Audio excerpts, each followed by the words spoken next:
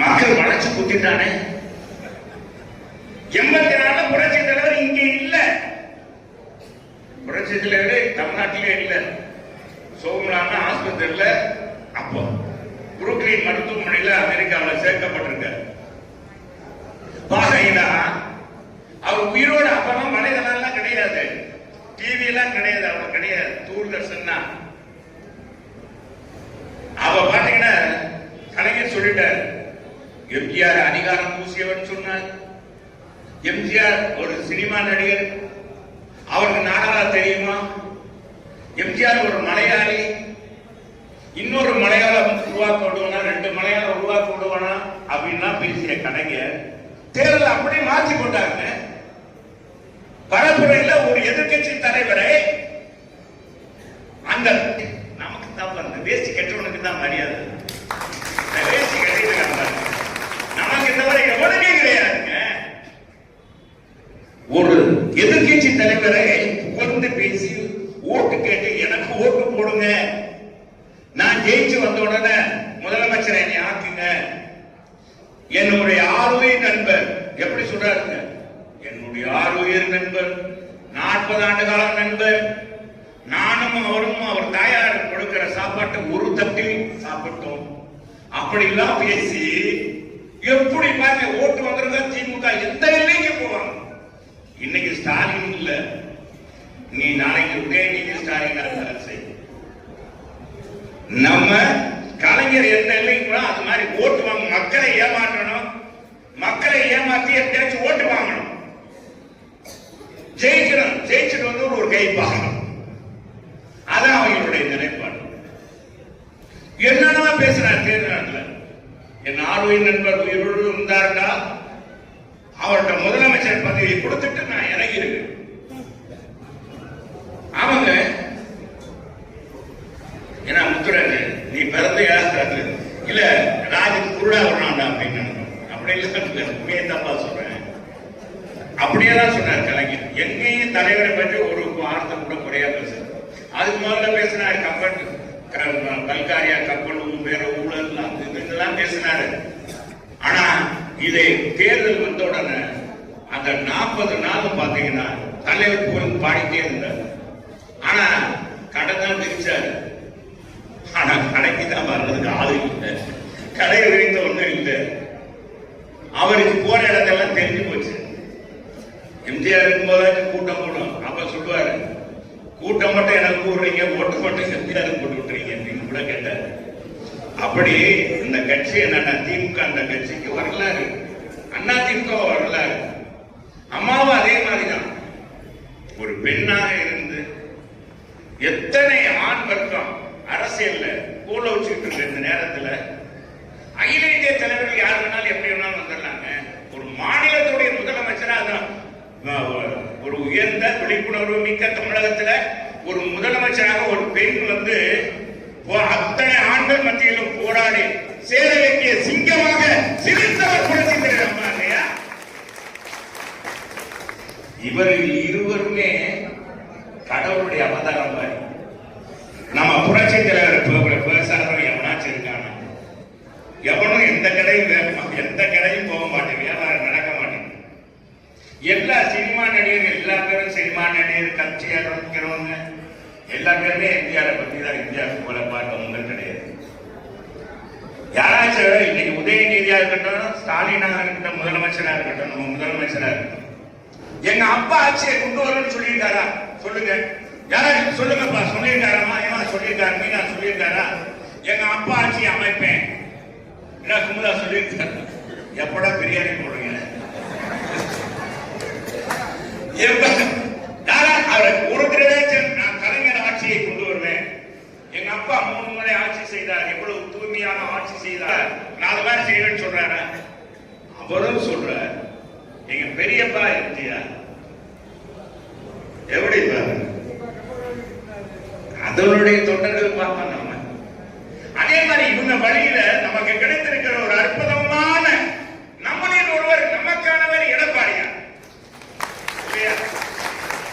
நம்மள மாதிரி சாதாரண குடும்பத்தில் பிறந்த, அதனாலதானங்க 4 ஆண்டுகள் 3 வருஷம் எத்தனை விமர்சனங்கள், எத்தனை போராட்டங்கள், 24,000 அத்தனையும் சமாளிச்சு, குடிநீர் கொரோனாவை சமாளிச்சு, மக்கள் மத்தியில இந்த மாதிரி விலைவாசி ஏற்றத்தை ஏற்படுத்தல, வீட்டு வரி மின்சார கட்டணத்துக்கு வரி போடல, இத்தனையும் செய்து அதையெல்லாம் கட்டுப்படுத்தி உங்கள் நேரத்தில் 2500 ரூபாய் கொடுத்து யாருமே கேட்காத 11 மருத்துவக் கல்லூரி கொண்டு வந்து 7.5% இடஒதுக்கீடை கொடுத்து எத்தனை திட்டங்கள் நம்ம மதுரைக்கு 8000 கோடிங்க, 8000 கோடிக்கான வளர்ச்சி பணிகளை கொடுத்தா இன்னைக்கு மதுரையில் இருக்கு பாருங்க. நம்ம மதுரையினுடைய அடையாளமா இருக்கிற அத்தனையுமே நம்ம செஞ்ச காலத்தில் செஞ்சது. திமுக 4 ஆண்டுல என்ன செஞ்சிருக்காங்க? ஒன்றும் செய்யல. இதை சொல்லி நம்ம ஓட்டு வாங்கிடலாம். 200 கோடி ஊழலுங்க ஒரு மாநகராட்சியில, 200 கோடி ஊழல். பாத்தீங்கன்னா சென்னை மாநகராட்சியில மஸ்டர் ரோடு வழக்குன்னு ஒண்ணு வழக்கு பண்ணாங்க. இப்போ ஊழல் நடந்தது. எப்ப அண்ணா காலத்துக்கு முதல்ல வழக்கு நடந்தா வழக்கு சொல்லுவாங்க. ஆனா சமீப காலத்துல ஒரு மாநகராட்சி 200 கோடிக்கு மேல் ஊழல் நடந்ததுன்னு சொன்ன ஒரே மாநகராட்சி மதுரை மாநகராட்சி. கண்ணகி நீதி கட்ட மதுரை மண். நெற்றிக்கண்ணை காமித்தாலும் குற்றம் குற்றமே என்று வாதாடிய நக்கீரன் பலமுறை வாழ்ந்த இந்த பூமியில இன்னைக்கு அறுபாடு கடைசிக்கு பேசாம போயிட்டான். தலையை எடுத்துட்டாங்க. 69 மாமன்ற உறுப்பினர் திமுக இருக்காங்க. ஒருத்தர் மேயரை தேர்ந்தெடுக்காங்க, 5 மண்டல தலைவரை தேர்ந்தெடுக்க முடியல, 2 நிலைக்குழு தலைவர் தேர்ந்தெடுக்க முடியாத பக்கற்ற வகையற்ற கட்சி தான் திமுக. அவருக்கு என்ன முதலமைச்சருக்கு என்ன தலைவர் என்ன ஆயிடுச்சு? நம்ம எவனாச்சும் போட அவன் பெரிய ஊழல் பண்ணியிருந்து மாமன்ற உறுப்பினர் ஊழல் பண்ணியிருந்தான்னா நாளைக்கு அது விமர்சனம் ஆயிருமே பயந்துகிட்டே போட மாட்டேங்கிற. இதுதாங்க எனக்கு நடக்குது. இது ஒண்ணும் போதாதா? மதுரையில நம்ம 4 தொகுதி வென்றெடுக்க என்ன சொல்றீங்க? மூர்த்தி இல்லைங்க, மும்மூர்த்திகள் வந்தாலும் சரி மதுரையை செய்ய முடியாது. மதுரை மாவட்ட 10 தொகுதி மக்கள் அந்த அளவு கொடுத்து போயிருக்காங்க. அவர் என்ன கொடுக்கிறாரு? அடிச்சு வச்சுட்டு கொடுக்கட்டுமே. நான் போய் கேட்கிற மக்கள் பேசுறதில்ல. ராசு கொடுக்கட்டு ராசு. அவன் என்ன அவன் காசை அவன் சொந்த காசை கொடுக்குறான். அடிச்சு வச்சிருக்க காசுல கொடுத்துட்டு போனா வாங்கிடுவோம். ஓட்டு உனக்கு தான் அப்படின்னா எனக்கு இல்ல அண்ணா திமுக போடுங்க. எடப்பாடி யாரு சொல்றாரு? அதுதான் நம்ம கட்சியில ஜனநாயகம். எடப்பாடியார் அறிவிக்கிறதுக்கு முதல்ல யாரு வேட்பாளர் சொல்லக்கூடாது. அந்த மாதிரி ஒரு ஜனநாயகம் இந்த கட்சியில. அதை நான் சொன்னேன்ல, இந்த கட்சியில இப்ப கட்டியிருக்காங்க 150 பேர் மேல கட்டியிருக்காங்க. இன்னும் கட்டிக்கிட்டு இருக்காங்க. இன்னைக்கு கூட 4-5 பேர் என்ன கேட்டாங்க, கட்டுங்க பார்த்தா நம்ம 200, 250, 300 வரணும்பா அப்படின்னு சொன்னாங்க.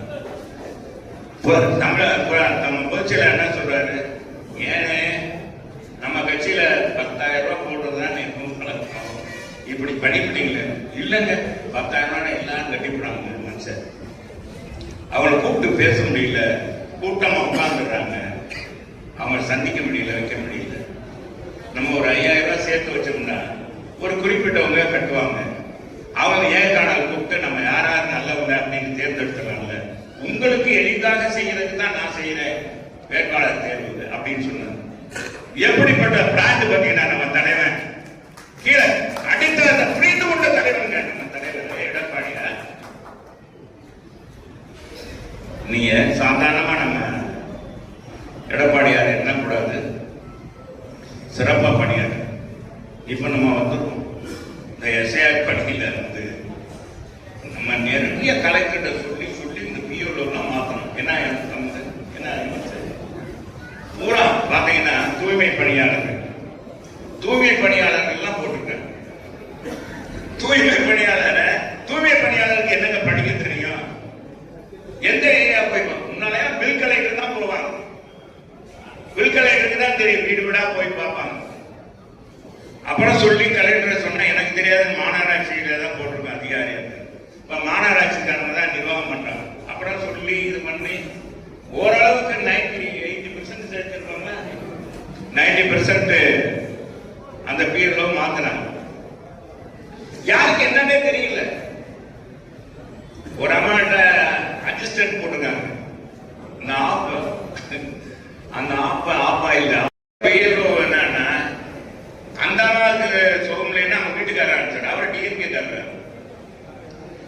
இல்ல திமுக எவ்வளவு ரெட்டை விட போட்டாங்க. எஸ்ஐஆர் பணியை எதிர்க்கிறோம். இது மோடிஜியினுடைய சர்வாதிகாரம், என்டிஏ கூட்டணி செய்கிற மிகப்பெரிய மோசடி. தமிழ்நாட்டில் ஜனநாயகத்தை குழி தோண்டி புதைக்கிறாங்கன்னு சொன்ன அதே நம்ம முதலமைச்சர் நான் போய் இவங்க ஆர்ப்பாட்டம் பண்ணிட்டு இருந்தாங்க. எஸ்ஐஆர் பணியை எதிர்த்து ஆர்ப்பாட்டம் பண்றாங்க. 2000 பேர் இருக்காங்க. பழகணம் நான் போய் சத்தியம் போய் பழகணத்துக்கு உள்ள போய் உட்கார்ந்துட்டேன். நம்ம லட்சியபுரம் பிகேஎஸ் தான் ஏற்பாடு பண்ணியிருந்தேன். அவங்க உட்கார்ந்துட்டு உடனே டிவி குடிச்ச உடனே வாங்க வாங்க நீங்கெல்லாம் ஊடகங்கள்லாம் வாங்க, டிவிக்காரங்களாம் வாங்கன்னு பேட்டி கொடுங்க என்ன மாதிரிங்க சொன்னாங்க. ஆனா இங்க பாருங்க, ஏன் முன்னாலேயே முதலமைச்சர் கேட்கிற, ஏப்பா உன்னுடைய வார்டுல எவ்வளவு, உன்னுடைய வாக்கு சாவடியில எவ்வளவு ஓட்டு, நம்ம முதலமைச்சர் கேட்கிறாங்க. அத்தனை பகுதி செயலாளர் பேசினார். வாட்ஸ்அப்ல வர வீடியோல வர எவ்வளவு ஓட்டு, எவ்வளவு பார்த்திருக்காங்க, எவ்வளவு சரி பார்த்திருக்கீங்க, அதுக்கு என்ன செஞ்சிருக்கீங்க, தீர்வு கண்டிருக்கீங்க அப்படின்னு கேட்கிறேன்.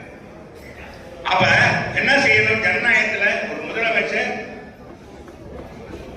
பேச்சு, ஜனநாயகத்துல என்ன செய்யணும்? முதலமைச்சர் ஒன்னும் வரவேற்கணும், இல்ல வரவேற்காம கூட இருந்திருக்கலாம். இந்த பணியை ஆனா தமிழகத்தில் இருக்க திராவிட முன்னேற்ற கழக அரசு சிறப்பா பண்ணும், மற்ற மாநிலத்தில் எப்படியோ இருக்க நாங்க சிறப்பா ஒத்துழைப்பு கொடுப்போம் அப்படின்னு சொல்லல.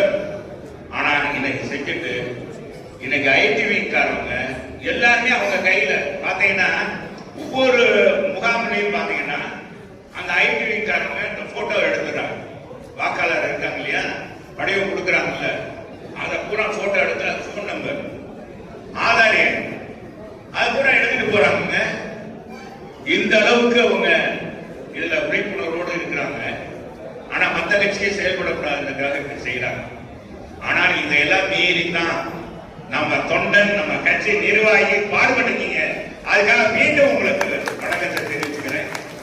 நான் இப்ப நம்ம இப்ப வாக்காளர் பூராமே பாத்தீங்கன்னா நிறைய வாக்காளர்கள் இங்க எனக்கு முன்னால நம்ம அவைத்தலைவர் பேசினாரு, இந்த அவைத்தலைவர் பேசினார், எம்எஸ் மணி சொன்னது, எல்லாருமே இங்க பேசுற தலைவர்கள் சொன்ன மாதிரி பாத்தீங்கன்னா நிறைய வாக்காளர்கள் இன்னைக்கு நீக்கிட்டாங்க. இரட்டை பதிவு, இறப்பு, நிரந்தர முகவரி மாற்றம், இதை மட்டும் தான் நீக்கிருக்காங்க. இதுலயும் இப்ப புதுசா சில பேர் சேர்த்திருப்பாங்கன்னு நினைக்கிறோம். அதை நம்ம கண்டுபிடிக்கணும். அதுதான் இந்த நீங்க செய்ய வேண்டிய பணி. இதை மட்டும் நீங்க செஞ்சிட்டீங்கன்னா 100% மதுரை 4 தொகுதியில் யாரை நிற்பார்கள், யாரை நிறுத்தினாலும் அதிமுக வெற்றி பெறும், அதிமுக கூட்டணி வெற்றி பெறும். அது மாற்று கருத்தேதும் இல்லை. மக்கள் அந்த அளவுக்கு எதிர்ப்பு உணர்வோடு இருக்கிறாங்க. வெளியே காமிக்கல. அவங்க பார்த்தா வரியை பத்தி சொல்றாங்க, வீட்டுக்கு நமக்கு தெரியாதோ தெரியுதுப்பா, பார்த்தோம்னு தெரியாதான் தெரியுது. என்னென்ன சொல்றாங்க, மக்கள் ரொம்ப ரொம்ப விழிப்பாயிட்டாங்க. அத நிச்சயமாக நமக்கு வெற்றி 100% ஆயிடும்.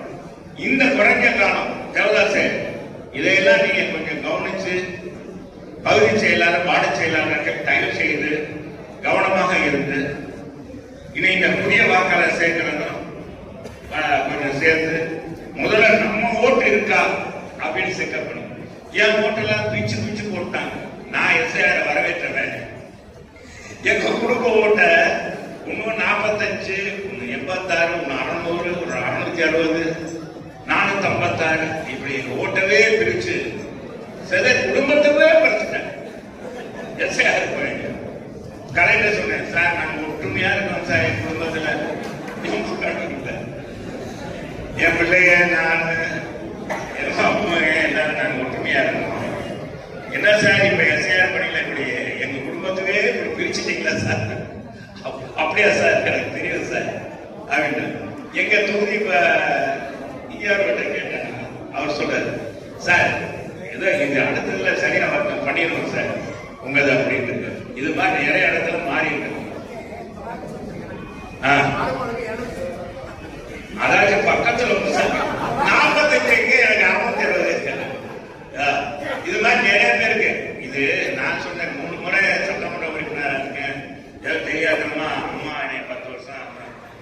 அமைச்சராக்குறாங்க, எங்க பொதுச் செயலாளரும் அமைச்சராக்குறாங்க. இன்னைக்கு உருந்த இலைகள் உருந்த கனியெல்லாம் யாரு அப்படின்றத போட்டுட்டாங்க. அதெல்லாம் போட்டுட்டு அப்படியாக இருக்கான். ஆழ மரம்னா அது அண்ணாதிமுக